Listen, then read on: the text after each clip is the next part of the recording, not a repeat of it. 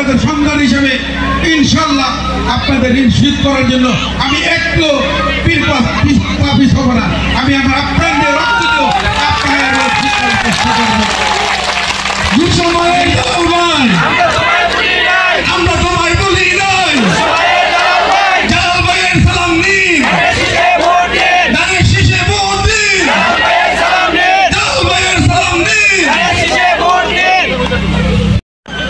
ভালো তোলার কারণে এই এলাকাগুলো দিন দিন ভেঙে যাচ্ছে, নদী ভাঙতে এলাকা আরো বেড়ে যাচ্ছে।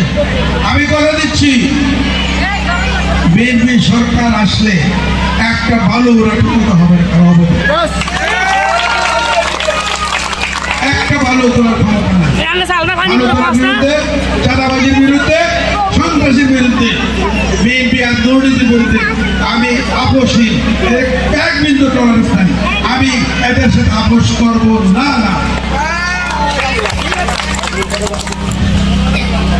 এই সমস্যাগুলি দূর করার জন্য আমি সহসায় বসবো। কোনো সমস্যাই থাকবে না, কোনো সমস্যা থাকবে না। রাস্তাঘাট, মানুষের অধিকার, নারীদের অধিকার, আপনারা জানেন এই দেশটাকে পুনর্গঠন করার জন্য আমাদের নেতা 31 দফা উনি কর্মসূচি দিয়েছেন। এই 31 দফার ভিতরে সব কিছু আছে, নারীদের অধিকার, দেশের প্রশাসন, দেশের আইন, স্বাস্থ্য, সব কিছু আছে, যার ওইভাবে রাষ্ট্রটাকে আমাদের নেতা মেরামত করবেন ইনশাল্লাহ আপনাদের সাথে। আপনারা কি চান আগামী দিনে এই দেশটাকে সুন্দরভাবে, সুষ্ঠুভাবে আগিয়ে দিতে? আপনারা কি রাজি আছেন নাকি না? আপনারা আগামী ফেব্রুয়ারিতে নির্বাচন, এই নির্বাচনে আমাদের ভোট আমার অত্যন্ত গুরুত্বপূর্ণ নির্বাচন আমাদের জন্য।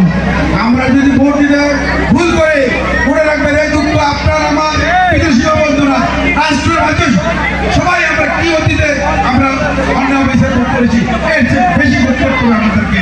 সুতরাং আগামী দিনের নির্বাচন আমরা ভেবে চিনতে আমরা এই ধানের শীষে ভোট দেব, ধানের শীষে ভোট দেব দিয়ে আমরা আমাদের নেতা তারেক রহমানকে রাষ্ট্রের ক্ষমতা অধিষ্ঠিত করবো এবং এই দেশটাকে পুনর্গঠন করার জন্য